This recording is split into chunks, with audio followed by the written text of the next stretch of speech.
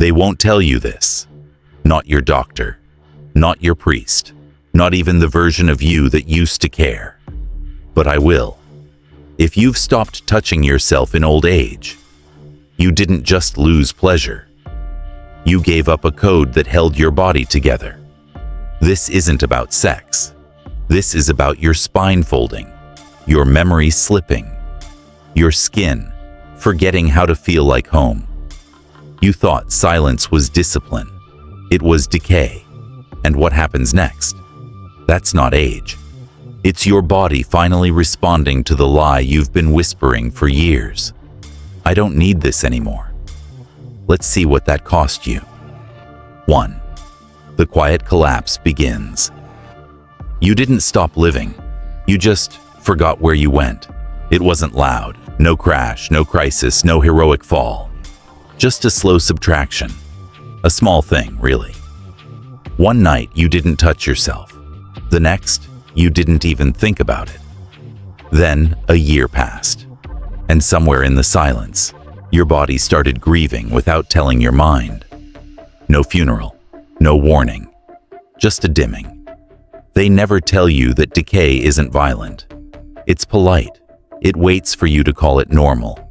You ever feel like your skin doesn't fit? Like your bones are still yours, but the rhythm that used to live inside them packed up and left? That's what this is. The collapse that doesn't scream. It whispers. You blame the mirror. You blame the years. But deep down, you know. It started the moment you handed back your permission to feel. And not the fake kind, not the shallow cosmetic pleasure.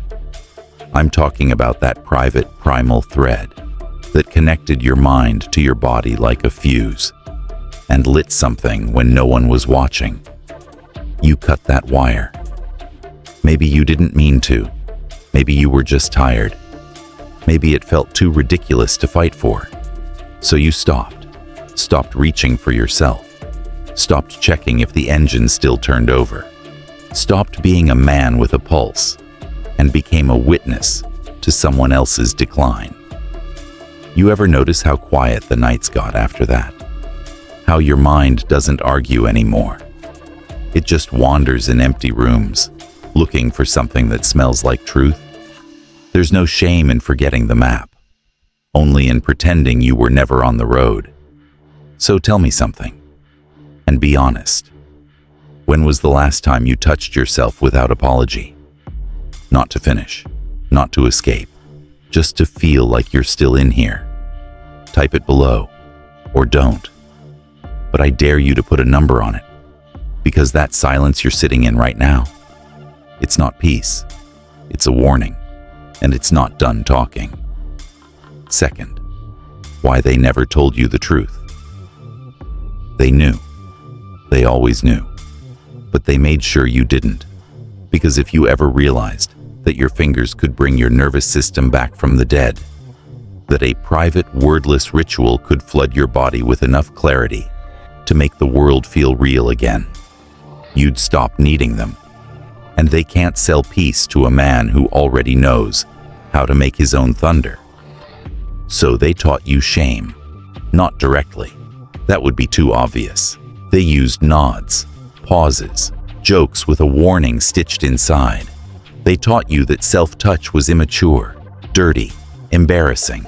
They handed you a version of manhood that ends where silence begins. Don't feel, don't ask, don't want. And when the need came back, because it always comes back, you smothered it. Not because it was wrong, but because you'd been trained to confuse emptiness with control. You see it now, don't you? How the system doesn't want you to have a secret source of power. Because if you remembered what your body could do when you listened to it, you'd become dangerous. You'd stop being manageable, predictable, marketable. And I get it. Even now, some part of you wants to argue, to say this isn't important, that there are bigger things to worry about. But tell me, when did the things that actually heal you ever come with approval? They hid this truth because they knew how easy it is to break a man once he's disconnected from his own pulse. If they can kill your hunger, they don't need to cage your body. Your mind will do it for them. But what they didn't expect was this: United States. Here. Now this strange little room where the forgotten ones gather. No fanfare, no fake brotherhood. Just quiet men who are done being lied to. Men who remember the exact moment they started disappearing and are ready to claw their way back with nothing but nerve and breath. And if you're still listening, then maybe you were never broken, just misled. And the truth, it's not finished with you yet. 3. The prostate rebellion. There's a pressure building inside you. You've felt it, not just in the way your piss stutters like a broken faucet, or the way your bladder haunts you at 3 a.m. like a guilty ghost. I'm talking about the pressure that comes from something sacred being ignored so long, it starts to rot. No one warned you that silence could swell. Your prostate didn't shrink with age, it screamed. But you were taught to ignore screams if they came from within. Let me ask you something brutal. When did you last flush yourself out? Not with water, not with diet or pills or prayer. I mean that ancient purge, the release that clears the chamber, wakes the system, lets the body know it's still circulating. You stopped doing that. And it didn't yell at first. It whispered through tension in your thighs, the numb drift between your legs, the subtle panic before every bathroom trip. You thought, just getting old. But here's the truth you already feel in your bones. You're not losing function. You're clogging. Your prostate's not passive. It's alive. Organ, engine, gatekeeper. And like anything alive, it punishes neglect.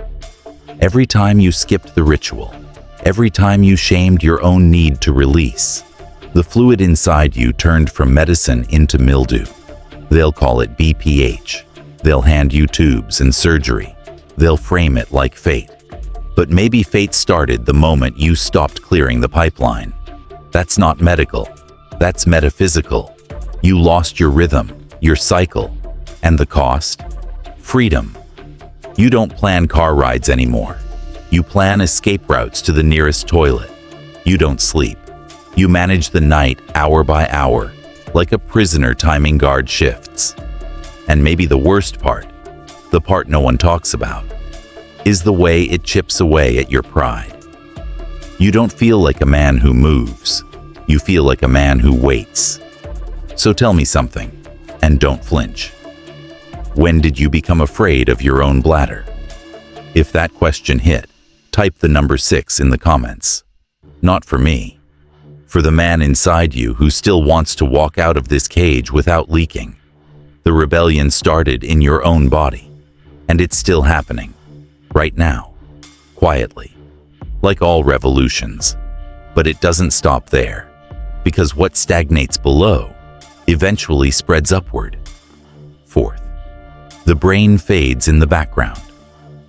You ever feel like your mind's watching itself from a distance? Like you're inside the room, but 2 steps behind. It doesn't announce itself.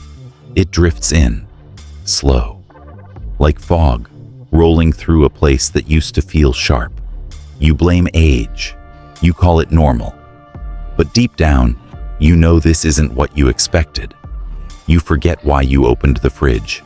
You lose the thread mid-sentence. You walk into a room, and the reason dies before your feet cross the threshold. That's not just memory. That's erosion. But not the kind you think. This isn't your brain failing. It's starving. Starving for stimulation, for chemistry, for ritual. See, your body had this ancient deal with your mind. You touch, it responds. You release, it rewards. You stopped, and the deal broke. Now the neurochemical storm you used to summon, dopamine, oxytocin, serotonin, doesn't arrive on schedule. And your brain? It learns to operate without thunder. It learns to drift, Cortisol creeps in, stress builds a nest in your gut, and your thoughts go from razor blades to wet paper. And no one sees it, because the world's too busy watching you disappear. You're not even sure if it's depression or just nothing. You sit longer. You speak less. You second-guess your own instincts until doubt becomes default. And in that static, something darker grows. Fear. Not the kind that screams. The kind that scratches from inside. The kind that whispers, "You're losing it." But what if you're not? What if you're just disconnected? What if all this haze, this drag, this slow undoing isn't decline, but deprivation? You didn't stop thinking clearly because you got old. You stopped because the engine stopped firing, because the rituals that used to sharpen your edge got buried under shame, neglect, silence. One man told me, "I don't even feel like myself anymore." And I believed him, because I've seen it. The great fade doesn't start in the body. It starts when a man forgets what power feels like. And orgasm, real, grounded, silent, solo orgasm, was never about sex. It was about reclaiming the controls. So I'll ask you something now. Brutally. When was the last time your brain felt clean? Not distracted, not stimulated by screens, but clear. Like a room after a storm. You want that back? Type 0 in the comments if it's been too long, because maybe 0 is the number of lies you're willing to carry forward. Maybe 0 is the reset, or maybe it's just where we begin. And the fog? It hasn't thickened all the way yet. Fifth depression wears a mask. You didn't notice it at first, because it doesn't knock. It seeps. Not sadness, not grief, not even pain. Just blankness. Like someone dimmed the light inside your chest, and no one bothered to turn it back on. They'll tell you depression feels like crying, like darkness, like weakness. But that's not how it comes for men like us. It comes as stillness. Too still. You stop laughing, not because life got unfunny, but because your body doesn't react anymore. You stopped touching yourself, and something unplugged. Quiet. Small. Final. Like the last chord in a song you didn't know was ending. Now there's no tension, but no release either. Just flatline. You wake up, but you're not awake. You eat, but there's no hunger. You talk, but your voice sounds like it belongs to someone else. And it's not trauma. It's not some epic fall. It's the slow evaporation of anything that used to stir your soul. You blame the weather. You blame politics. You blame your age. But deep down, you remember what it felt like to care. You remember the pulse, the pressure, the weight in your hands when your body actually wanted something. That desire, the real kind, it didn't just vanish, it atrophied. Because you stopped feeding it, stopped visiting the furnace, stopped bleeding. And now you feel nothing. But that nothing has a name. It's called emotional atrophy. And it starts when you decide your pleasure doesn't matter anymore. When you treat your own touch like a relic. When you let guilt and age rewrite your right to feel alive. I've seen it in too many men.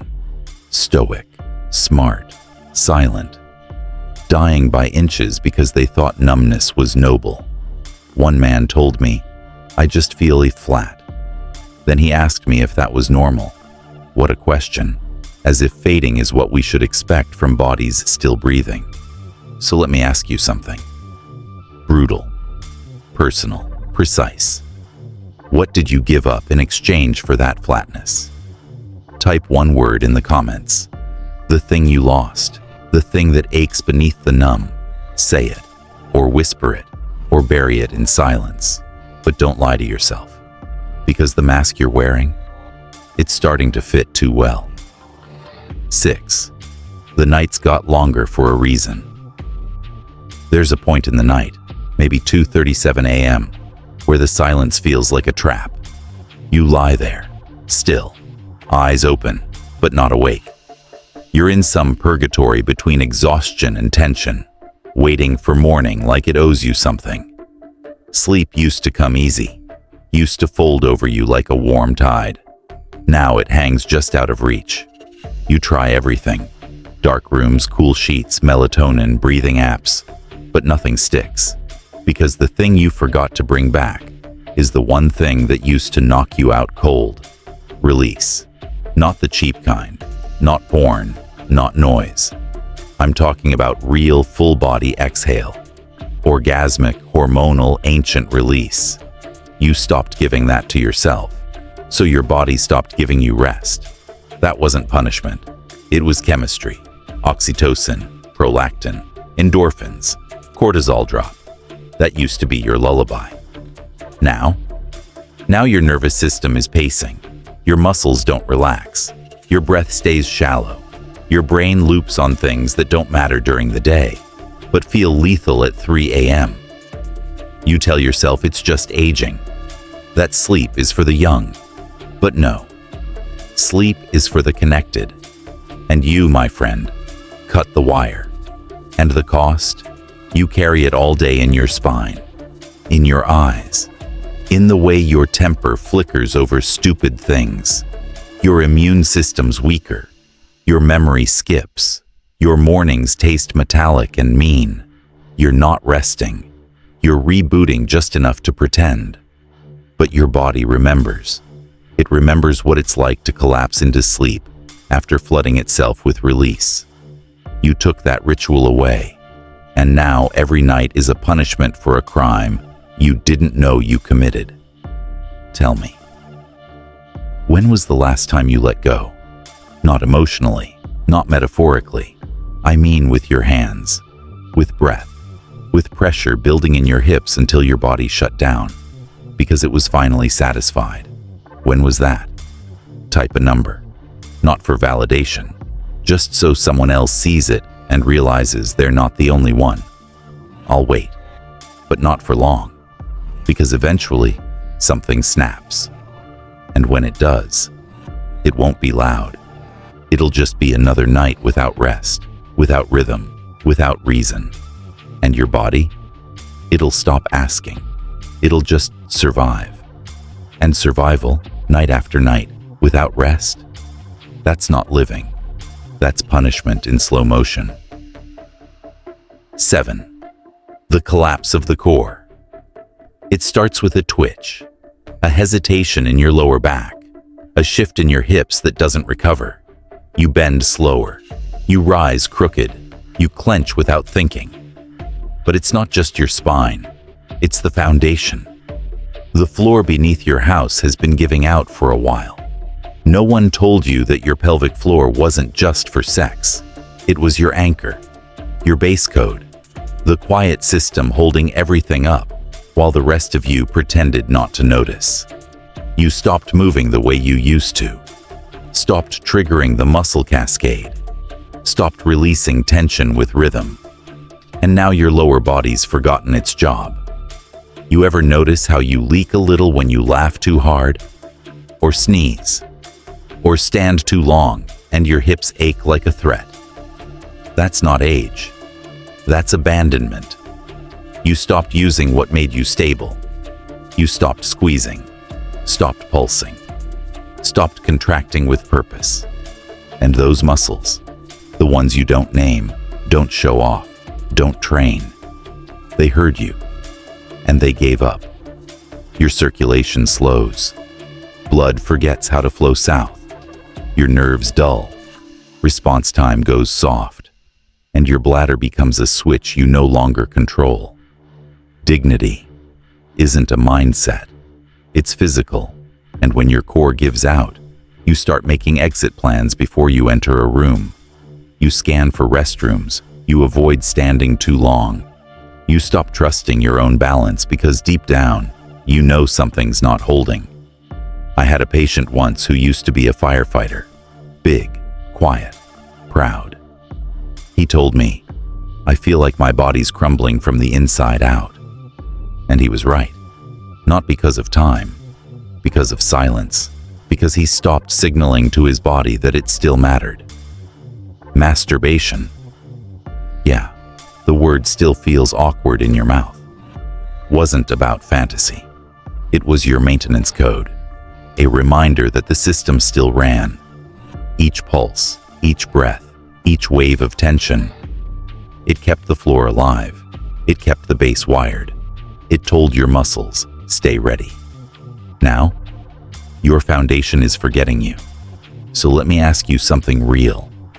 And I mean real. What part of your body do you avoid touching because it no longer feels like yours? Type just the first letter in the comments. You don't have to explain. You already know what it is. So do I. Because that letter, it still listens, even if the rest of you has gone quiet. 8. The immune system screams in silence. You've been sick more often lately. You've noticed, even if you haven't said it out loud. Small things linger.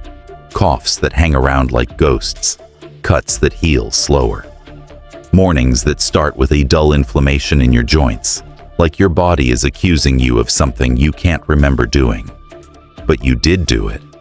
You just forgot how loud silence can get inside your bloodstream. See, your immune system used to run on rhythm. Not just food, not just rest, but release. Real release. The kind that stirs something ancient in your cells. The kind that floods your body with oxytocin, washes you in endorphins, spikes your IgA like a war drum.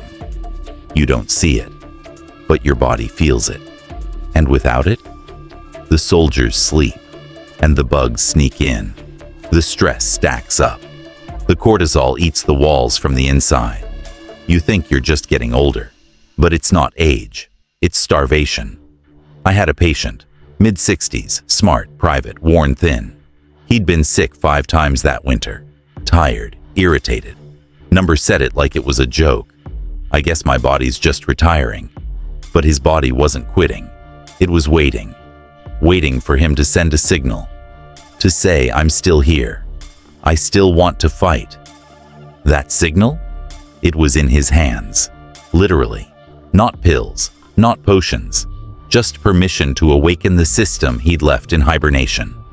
Masturbation isn't self-indulgence. It's a coded message to your immunity. Wake up. We still need you. You ever think about that? How the act they taught you to feel shame over might be the thing keeping you alive. Not just sane, alive. So answer me something, and don't flinch. When was the last time you felt strong on a cellular level? Not energized by caffeine, not numbed by distraction. I'm talking about that low humming sense that your body was on your side. Type the word still if it's been too long. Just that. Still. Still fighting. Still waiting. Still capable of being something more than a symptom list. But here's the twist. Your immune system doesn't care about shame. It only listens to action. So what are you going to do tonight while no one's watching? Keep hiding? Or remind your blood what it means to respond? You decide. But don't take too long. Your body's been whispering for years. And lately, it's starting to scream. 9. The vanishing self. There's a moment. Maybe it already happened to you. Where you catch your reflection and feel nothing. Not disgust, not pride. Just absence. Like the man staring back is someone you've been renting but never really owned. That's not vanity. That's erosion. Not all at once. Slow. Like rain on a name that used to mean something. You stopped touching yourself. And the world didn't change. But you did. It doesn't seem connected, does it? Touch, identity, worth. But it is. It's all the same thing. You abandoned the ritual, the one act that reminded your nervous system you're still alive in this skin. And now? Now your body doesn't respond to you. It responds to nothing. It floats, detached. You can dress it, feed it, drag it through another day. But it doesn't feel like home. And when you lose that, you lose everything. You stop correcting your posture. You stop shaving with care. You stop looking in the mirror long enough to be seen, even by yourself. People call it aging, but it's not that. It's retreat. It's resignation dressed up in flannel. You stopped making contact, and your body took the hint. I'm not needed. I'm just a vehicle now. I'm just waiting for the end. That's what your skin starts whispering when it goes untouched too long. And the shame, it doesn't come from the outside. It grows from the inside out.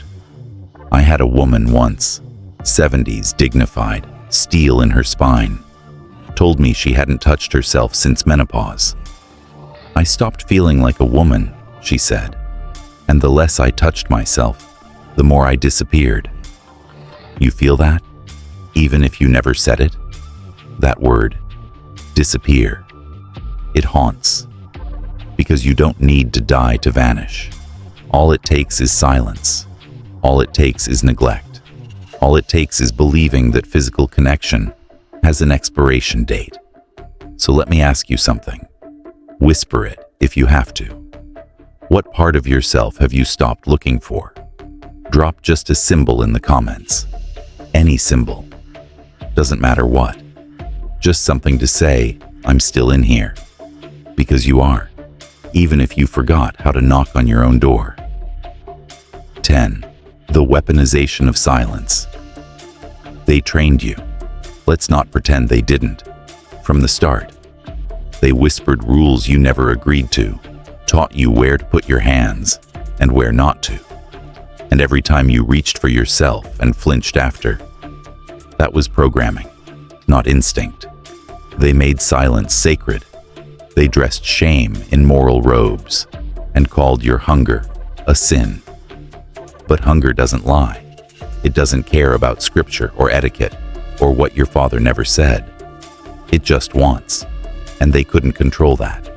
So they labeled it dirty, weak, unmanly, immature. Touch yourself, and you're broken. Don't touch yourself, and you're strong. That was the con. And it worked, didn't it? You bought in, played the role, sat with the need clenched so tight in your gut, you forgot what softness even felt like. They stole your access to your own power, turned you into a ghost inside your own skin. Not with chains, with silence. Because silence doesn't argue. Silence lingers. Silence becomes the rule when no one is left to question it. And look at you now. Smart, capable, a man who's walked through fire. But still, some part of you thinks pleasure is a permission you haven't earned yet. You think you're free? Then why do you flinch at the thought of touching yourself with purpose? Why do you lock the door like you're hiding a crime from a jury that lives in your bones? They trained you to obey without needing a command. But here's where it breaks.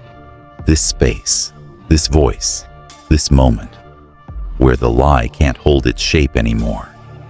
Because you're waking up. And in that raw, ugly, beautiful moment of noticing, you are more powerful than any system designed to shrink you. So I'll leave you with this. What's the first lie you believed about your own desire? Put it in the comments. One sentence, one cut. Let it bleed. Because the only way to kill a weapon is to name it, out loud, without flinching. The silence ends where your voice begins. 11. Awakening through touch, but not what you think. You've touched yourself before. Of course you have. But I'm not talking about that. Not the rush, not the finish, not the desperate act to silence a thought or scratch an itch that keeps coming back. I'm talking about the kind of touch that doesn't take anything. It remembers. There's a part of your body that still believes in you, still waits for you to come home. Not with shame, not with guilt, not with quick hands and a hidden screen, but with presence. When was the last time you laid your fingers on your own skin like it was sacred? Not beautiful, not youthful, sacred. Big difference. You rush through everything now. Sleep, sex, pain. Even the way you reach for yourself feels mechanical, cold, like maintenance. But there's a slower way, a quieter way. A way that feels like remembering a song you didn't know you wrote. You touch your own chest, your stomach, the place where breath gets stuck, and something shifts, not in your body, in the room. It's subtle, unsettling, but real. You're not trying to climax. You're not trying to escape. You're just proving to yourself that you're still here. And the first time you do it right, I mean really right, you might cry, or freeze, or feel nothing at all, because the connection takes time to come back. After all, you left it waiting for years, but when it does return, you'll feel it in your legs, your lungs, the way your pulse finds rhythm without needing a reason. That's not masturbation. That's resurrection. And it doesn't come with music. It comes with breath. It comes with silence. It comes with the kind of truth you can only feel when your own hand says, I haven't given up on you yet. So here's a dare, just between us. Tonight, don't finish. Don't even try. Just touch. 10 minutes. Nothing else. No goal. No guilt. Then come back. Drop a comment. Type the word back. And I'll know what that means. You left. You returned. And something woke up with you. 12. The body as Ali again. It doesn't happen all at once. The shift. It comes in pieces. Subtle. Uneven. Almost easy to miss if you're not looking. But then, one day, you realize you slept 7 hours without waking once. Another day, you piss and it flows clean. No stops, no stutters, no fear. Your hands feel warmer, your feet more grounded. Your spine doesn't scream when you stand. It's not magic, it's not luck. It's the quiet reunion between you and the body you left behind. You thought it betrayed you, but it was only echoing what you whispered to it for years. I don't need you. I don't want this. I'm done. And your body? It listened. It shut down, turned off the lights, filed the paperwork, and waited. But the thing is, the body never hates you. It just mirrors. So the moment you stopped reaching with guilt and started reaching with attention, it turned back on. Not all the way. Not yet. But enough. Enough to remind you what strength used to feel like before it had a name. Your appetite shifts, your gaze sharpens, your movements get quieter, but more deliberate. You're not just surviving anymore. You're inhabiting. You don't need noise. You don't need praise. You just need this pulse, this rhythm, this strange, honest sense that something in you has forgiven itself. I had a man tell me once, after years of avoiding his own skin, that the first time he touched himself without guilt, he didn't feel arousal. He felt relief, like he'd been underwater and finally broke the surface. That's what this is, not pleasure, presence. And now you walk different. You sleep deeper. You stop bracing for collapse. Because your body, that old, tired, scarred-up animal, isn't your enemy anymore. It's your proof. So let me ask you something final. Simple, but real. What's the first thing your body did that made you feel alive again? Drop it in the comments. Even if it's just one word, even if it's just breathed. Because the moment you speak it, it begins again. The body hears, the body answers, the body returns, and from here on out, every step is with an ally, not a stranger. 13. Reclaiming control without asking permission. You've been waiting for some kind of sign, an expert, a green light, a woman to say it's okay, a version of yourself that doesn't feel like a fraud. But no one's coming, and you already know that. There's no gatekeeper anymore. No one watching, no one judging, just you. And the part of you that still doesn't believe you're allowed to want to feel, want to touch, want to wake the thing inside you that got buried under 40 years of being responsible. But listen, and listen carefully. You don't need permission to reclaim what was always yours. You don't need a diagnosis to return to your own skin. You don't need her. You don't need them. You don't need some new title to make your touch legitimate. You just need this, a decision made in silence. Tonight. No fanfare. No, I'll start tomorrow. Just one breath and a closed door, and your own hand saying, I remember. That's all. And that's everything. Because once you choose to touch yourself without shame, without apology, without asking, you don't just take back your body. You take back your voice, and not the loud one, the real one, the one that never needed to shout. So here's your challenge. If you've waited too long, too damn long, for someone else to tell you you're allowed, then don't tell me. Tell yourself. Drop the word mine in the comments. Let someone else see it. Let yourself see it. And feel what it means to own something that no one can take again. 14. A different kind of medicine. You don't need another pill. You don't need another label. You don't need another man in a white coat telling you what's within range. What you need is something older, something no one can patent, no one can sell, no one can bottle and mark up with warnings. It doesn't come with side effects, just side consequences, the kind that taste like memory and sweat and breath you forgot belonged to you. You want medicine? Here. Close the door. Kill the lights. Touch your chest, not your cock. Not yet. Your chest. Feel the heat there. Feel the tension. Feel the thing that's been locked in your ribs like an animal pacing. Now move lower. Slow. Deliberate. Like your fingers belong to someone who missed you. Not fast. Not loud. Not desperate. Just curious. Just kind. You don't even need to finish. Sometimes medicine isn't about the climax. It's about the reconnection. The signal. The body saying, I receive you. And the mind saying, I believe you. Because when that signal goes out, things shift. You sleep deeper. You speak slower. You stop flinching at yourself in the mirror. Not because anything improved, but because you returned.